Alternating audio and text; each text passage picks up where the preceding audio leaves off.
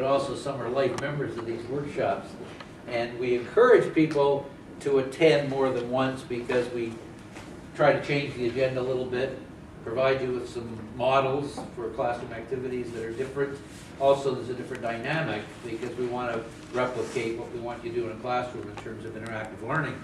So you're working with different people. And you'll notice on the agenda for this program, it's in your folder on the right side, we've dedicated the second half totally to group sharing and planning. And that's come from the evaluations that you've given us over these workshops.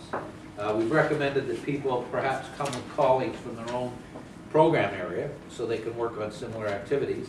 If there is someone here from your program area, it may be somebody you don't even know because they work on another campus, we'll give you a chance to identify that. Otherwise, we'll just let you pair up with people that you think look interesting and so on. So that's going to be the second half.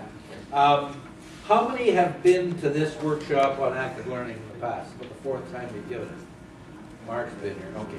How many have seen the Jerry Seinfeld clip that we've used? Good. We're going to show it again. Okay. What do you think? Let's start off with the diagnostic. I'm the teacher. You're the class, so I want to find out where you're at. What does active learning mean to you? I'm going to pick on the people that haven't been here before. What does active learning mean to you? Ken, what does active learning mean to you? Comes when the students do something to take charge of their learning process. Good. Helping them. Good. Good. What's the instructor's role in that? To help them to take charge. Help them to help themselves? Yeah. Good, good. Ashley, what do you see in active learning?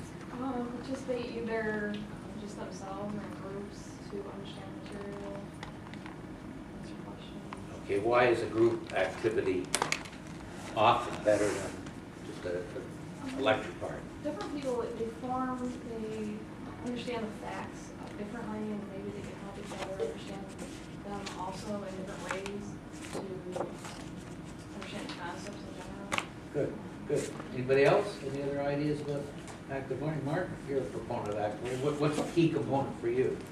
Well, I mean, I read it, which is one of the things, anything where the student's not just passively listening to the instructor lecture, so if they can get the information, process it, engage with it, and then teach it back is probably the best form of active learning. But yeah, research shows that if you teach somebody else, that's you retain the most and you learn the most. I've given the story before. I was a history teacher. I'm sure you can relate to this.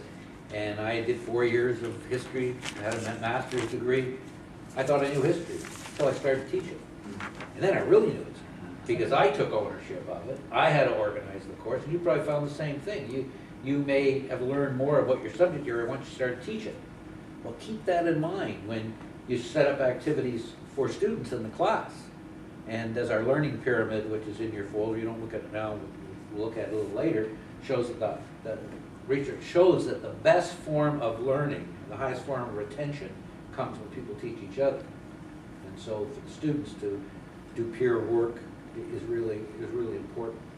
Okay, I'm going to show you this clip. It's about 6 minutes long. Some of you have seen it before.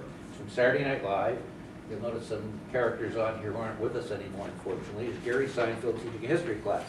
Now, I want you to tell the group afterwards, is this active learning? What's going on in this class? Okay. Why did I lose the picture? Oh, there it is. I'll get the thing going and then I'll put the lights in.